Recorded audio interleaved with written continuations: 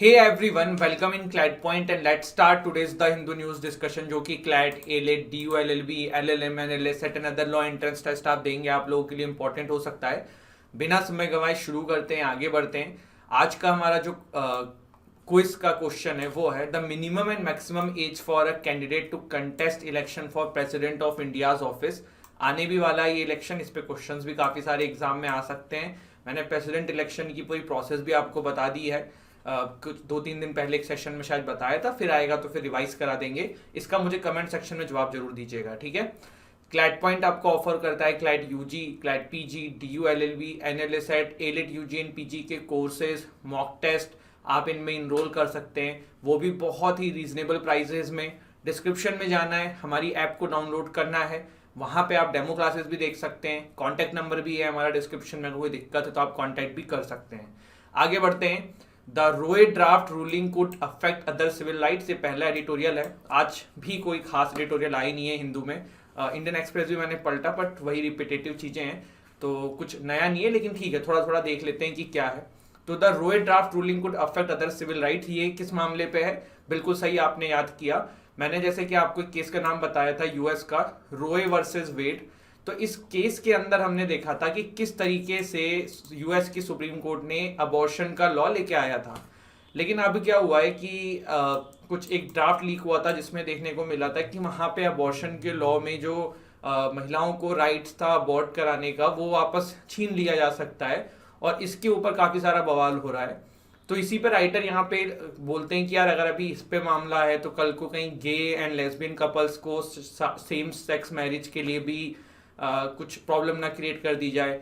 और उसके पीछे भी इन्होंने कुछ बैकिंग दी हुई है कि एक केस आया हुआ है, कोर्ट में पड़ा हुआ है। तो लेट्स सी क्या होता है। फिलहाल तो जो मामला है वो हमें मेन जो यहाँ पे ध्यान रखना है वो रो वर्सेस वेड वाला है। ये एग्जाम के पर्सपेक्टिव से भी इंपॉर्टेंट हो सकता है। लॉ एंड पब्लिक ओपिनियन, और इसी से रिलेटेड एक और आर्टिकल आज हिंदू में है, सुप्रीम कोर्ट फ्री पेररी वलान। ये हमने कल देखा था कि सुप्रीम कोर्ट में डिसीजन लेना था इसके ऊपर। थोड़ा सा कहानी जानते हैं पहले तो। देखो इनके बारे में आपको बता दूं, ये 19 ईयर्स के थे तब इनको जेल में डाला गया था राजीव गांधी असैसिनेशन केस के अंदर। 1991 में सीबीआई ने इनको पकड़ा था, और उसके बाद से इनके ऊपर काफ़ी सारे केसेस चल रहे हैं, काफ़ी सारी प्रॉब्लम्स, मतलब अलग अलग टाइप के फ्रैक्शंस के लोग अलग अलग बातें कह रहे हैं। कुछ लोगों का ओपिनियन था कि इनको भैया फांसी देनी चाहिए, कुछ लोगों का था कि नहीं इनको बरी कर देना चाहिए। दो कारण थे जिसकी वजह से ये चीज़ बोला जाता था। पहला तो ये कि 19 ईयर के एज में इनको जेल में डाला गया था और अब काफ़ी समय हो गया, इनको फ्री कर दो। दूसरा ये था कि बाद में ये भी सामने आया था कि जिस पुलिस वाले ने इनसे बयान लिया था उसने बहुत सारी चीज़ें खुद से फ्रेम कर दी थी जो कि इन्होंने नहीं कहा था। इनको जो दोषी पाया गया था वो इसलिए पाया गया था कि जो बेल्ट यूज हुई थी असैसिनेशन के दौरान, उसमें जो बॉम्ब लगा था उसमें जो बैटरी चाहिए थी वो बैटरी खरीदने के लिए ये शख्स गए थे। तो इस तरीके की आरोप थे इनके ऊपर, और जिसकी वजह से इनके ऊपर ये जेल में काफ़ी समय से थे। मामला क्या था, 2018 में तमिलनाडु सरकार ने गवर्नर के पास प्ली भेजी थी कि इनको रिहा कर दिया जाए, पार्डन कर दिया जाए। लेकिन हुआ क्या कि गवर्नर ने जो है वो मैटर को दबाए रखा और वो प्रेसिडेंट के पास भेज दिया। फिर क्या हुआ, सुप्रीम कोर्ट ने कहा कि भैया there is no power under article 161, जिसमें गवर्नर के पास कोई चीज आ रही है तो वो प्रेसिडेंट के पास भेज रहा है कि आप डिसाइड करो। सिंपल सी बात है, गवर्नर को aid and advice of cabinet पे चलना होता है। तो ये चीज यहाँ पे देखी गई। अब सुप्रीम कोर्ट ने अपना आर्टिकल जो है 141 आर्टिकल क्या है कॉन्स्टिट्यूशन का, थोड़ा याद करिए, मुझे बताने की कोशिश करिए, देखता हूं आप में से कितनों को याद है कितनों को नहीं याद है। 141 नहीं, सॉरी 142 को अगर मैं सिंपल शब्दों में आपको समझाऊं ना, तो इसके अंदर सुप्रीम कोर्ट को ये पावर देता है हमारा कॉन्स्टिट्यूशन कि they can go to the extraordinary level to serve the justice या to maintain rule law and order. ये बहुत ही मैंने लेमन लैंग्वेज में आपको बताया है कि आप इस एक्स्ट्राऑर्डिनरी पावर का यूज करके लॉ एंड ऑर्डर मेंटेन करने के लिए काम कर सकते हो। तो सुप्रीम कोर्ट ने आर्टिकल 142 का यूज करते हुए वर्डिक्ट दिया है और पेरीवलान को जो है वो छोड़ दिया है। अब इस पे जो है कांग्रेस एंड अदर पार्टीज जो इनके अगेंस्ट में है वो ये कह रही हैं कि इसके पीछे बीजेपी उत्तरदायी है। बीजेपी को इसके पीछे उत्तरदायी क्यों कहा गया उनके द्वारा? क्योंकि ये कह रहे हैं कि भैया जब गवर्नर पे मैटर आया था तो गवर्नर को मना कर देना चाहिए था, तो गवर्नर ने इसको अटकाए रखा। तो इस तरीके की चीज़ें यहाँ पे देखने को मिली है, तो वो मैंने आपके सामने रखा। इसमें दो आर्टिकल जो है आपके लिए काफ़ी इंपॉर्टेंट है। पहला आर्टिकल 142 एंड अनदर इज 161। 161 के अंदर गवर्नर को एड एंड एडवाइस ऑफ जो पार्डन की पावर तो है ही है, साथ में हिडन एडवाइस ऑफ कैबिनेट जो स्टेट गवर्नमेंट है उस पर वर्क करना होता है। और 142 के अंदर supreme court can use extraordinary power to maintain law and order, maintain justice, इस तरीके का लेमन लैंग्वेज के फॉर्म में अगर मैं आपको समझाऊं what is article 142 is all about. इसके बाद lieutenant governor of Delhi Anil Baijal resigns. तो ये दिल्ली के गवर्नर हैं, काफी समय से ये रहे हुए हैं वहां पे, काफी बवाल भी हुआ है इनके टेन्योर में, और अब फाइनली इन्होंने रिजाइन दे दिया है, खुद से रिजाइन दिया है। अनिल बैजल इनका नाम है। लेट्स सी कौन बनते हैं दिल्ली के नए lieutenant governor. Delhi high court gets 9 new जजेस। ठीक है, चलिए। Russia expels dozens of Italian, French and Spanish diplomats. तो रशिया ने ऐसा क्यों किया, बहुत ही ऑब्वियस सी बात है, आपको पता है। Even France had kicked out 41 members of Russian missions, तो ये भी आपने देखा। इसके अलावा Finland Sweden apply to join NATO, काफी समय से चल रहा है एंड फाइनली इन्होंने अप्लाई कर दिया है नेटो ज्वाइन करने के लिए। NATO is an organization which was formed in 1949 against the USSR, but USSR तो डिसइंटीग्रेट हो गया था 90s में। उसके बाद नेटो का एज सच को इतना रिलेवेंस रह नहीं गया था, लेकिन फिर इन्होंने एक अलग टाइप का ग्रुप क्रिएट करने की सोची, जिसमें ये होगा कि अगर हम कंट्रीज में से कोई भी किसी से पंगा लेगा तो फिर हम सब मिलकर उसको जवाब देंगे। तो इसीलिए हर कोई चाहता है नेटो में ऐड होना। यूक्रेन भी इसलिए चाहता था, लेकिन यूक्रेन को ना इन्होंने ऐड किया, ना इधर का रहा ना उधर का रहा, और रशिया ने जो है यूक्रेन को पकड़ लिया। अब जो स्वीडन एंड फिनलैंड भी रशिया के पास में है, उनको भी डर लग रहा है कल को हमारे साथ ऐसा ना हो, इसीलिए वो चाहते हैं कि नेटो में जुड़ जाएं।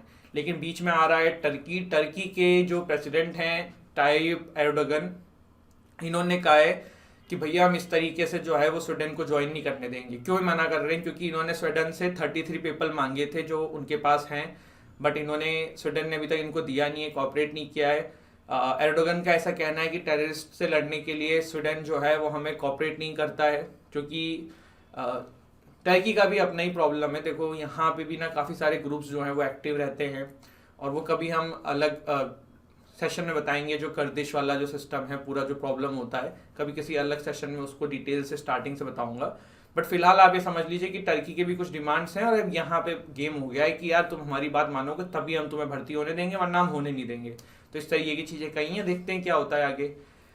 अब कुछ और भी न्यूज़ थी। एक ई श्रम पोर्टल के बारे में न्यूज़ है। क्या है, ministry of labour and employment ने कहा है कि ई श्रम पोर्टल को कनेक्ट कर दिया जाएगा one nation one ration card scheme के साथ। ई श्रम पोर्टल क्या है, याद है आपको, मैंने इस बारे में एक दिन बताया भी था।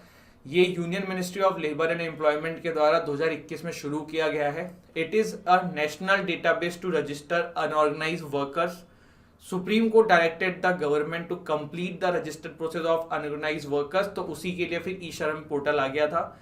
Each registered worker will be issued an identity card, जिससे कि उनको जो भी राइट्स मिले या कोई भी उनके लिए स्कीम्स आए तो उनको यहाँ पे उसके बारे में पता चल जाए, या यहाँ के थ्रू उनको दे दिया जाए। अभी क्या हुआ है, इसको लिंक करने की बात कर दी गई है one nation one ration card scheme के साथ। क्या है one nation one ration card scheme, तो इसको थोड़ा देखो मैं डिटेल में आपको समझाता हूँ। तो कोविड के समय में क्या हो रहा था ना, माइग्रेंट वर्कर्स एक जगह से दूसरी जगह पे शिफ्ट हो रहे थे। अब क्या हो रहा था कि भाई कोई उत्तर प्रदेश का है तो उसके पास कार्ड उत्तर प्रदेश का है, कोई मुंबई में है उसके पास वहां का कार्ड है, तो भाई महाराष्ट्र के कार्ड को यूपी में आके वो भाई अपना जब घर वापस आ गया तो अपने राशन को नहीं ले पा रहा था। तो उस समय नीड फील हुई कि one nation one ration card होना चाहिए, एक ही राशन कार्ड पूरे विदेश में हो और वो हर जगह चालू हो। जैसे महाराष्ट्र में कोई बंदा है, वो कल को तमिलनाडु भी जाता है तो वहां भी उस राशन कार्ड से वो अपने जो अनाज है खाने की वो ले सके। तो the one nation one ration card scheme is aimed at enabling migrant workers and their family members to buy subsidised ration from any fair price shop anywhere in the country under the national food security act 2013। Launch हुआ था अगस्त 2019 में। Implementing agency है department for the nationwide portability of ration cards under national food security act. Eligibility क्या है, BPL card holder जो हैं they are eligible to get benefit of this scheme across the country. इसके बाद कल एक और बड़ी न्यूज चर्चा में रही कि प्राइम मिनिस्टर नरेंद्र मोदी जी ने ओपन किया है इंडिया का पहला 5G टेस्ट बेड। तो ये 5G टेस्ट बेड या फिर इसको शॉर्ट में 5GI भी बोला जा रहा है, ये क्या है। सबसे पहले देखो इसमें क्वेश्चन आ सकता है कि किसके द्वारा ये बनाया गया है। IIT Hyderabad, IIT Madras and centre of excellence in wireless technology. It's an 5G radio interface technology, जो कि 5GI बोला जाता है। लोकली डिजाइन टेलीकम्युनिकेशन नेटवर्क है, जैसे 5G आता है ना उसी तरीके से 5GI है, जो कि हमारे देश के 3 इंस्टीट्यूट्स ने मिलकर बनाया है। ये ग्लोबल 5G स्टैंडर्ड्स का अल्टरनेटिव होगा, ऐसा कहा जा रहा है।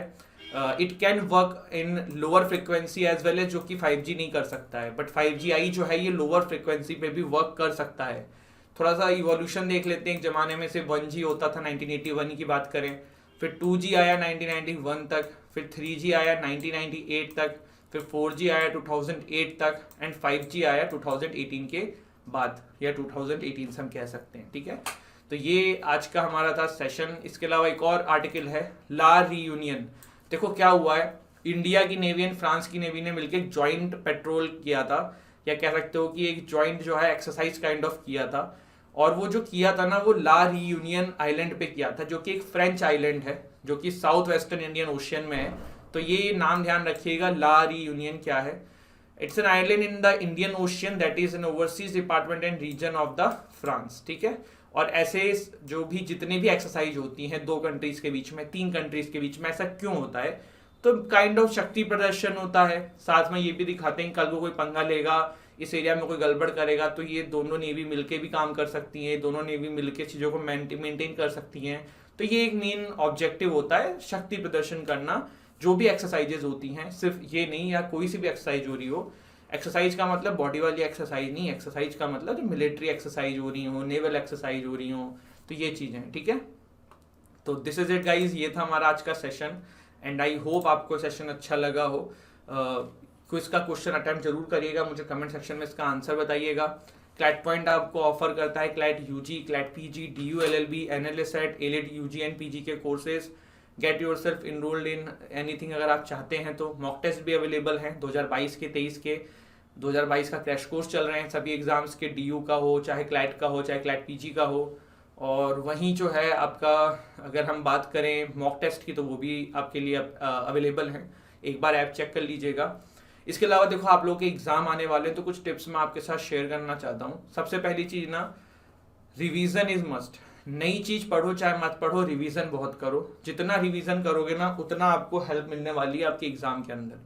देखो, पढ़ने से ज़्यादा ना, नई चीज़ सीखने से ज़्यादा जितना आता हो ना, उतना पकड़ भी रहेगा ना, बहुत अच्छी बात है। और देखो, पूरे में से पूरे नंबर तो किसी के नहीं आने, और ना ही उतने पे कट ऑफ होती है। तो कुछ क्वेश्चंस, कुछ नंबर आपके नहीं भी आएंगे तो चलेगा, लेकिन बात ये है कि आप बहुत ज़्यादा पढ़ने चक्कर में रहोगे और रिवीजन नहीं करोगे ना, तो बहुत दिक्कत है।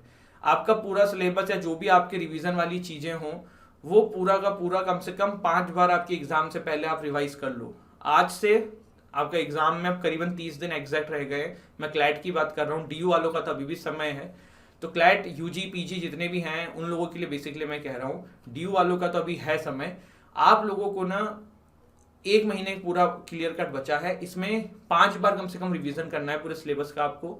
इसके अलावा जितने क्लैट UG के बच्चे हैं, वो थोड़ा सा मैथ्स के क्वेश्चन सॉल्व करें, डेली 10-10 क्वेश्चन, CR के क्वेश्चन सॉल्व करें, इंग्लिश के क्वेश्चन सॉल्व करें, और इस तरीके से अपनी हैबिट बनाएं। और जो भी नई चीज़ें आ रही हैं, नए करंट अफेयर्स आ रहे हैं, नए लीगल करंट अफेयर्स आ रहे हैं, वो सब आप ना इस महीने के 30 तारीख तक करिए। इसके बाद आप छोड़ सकते हैं, इसके बाद वाले वो एग्जाम में आएगा नहीं, क्योंकि पेपर अब तक बन जाता है 30 तारीख तक। तो to be on very safe side, आप 30 तारीख तक करिए, उसके बाद मत करिएगा। तो ये कुछ चीज़ें हैं। एक शॉर्ट नोट्स बना लो, जो चीज़ ऐसी होती है जो भूल जाते हैं, उसको शॉर्ट नोट्स की तरह बना के लिखो। घर में बचपन में हम पीरियोडिक टेबल याद करते थे कुछ चीज़ों का, तो कुछ ऐसा चीज़ हो तो उसको सामने लिख लो, उससे रिवाइज करो। तो ये कुछ टिप्स होती हैं पढ़ाई की, आप लोग इसको इम्प्लीमेंट करिएगा। Thank you so much guys. अच्छे से हंसिए, मुस्कुराइए, पढ़ाई करते रहिए। Take care of yourself, your family. जय हिंद।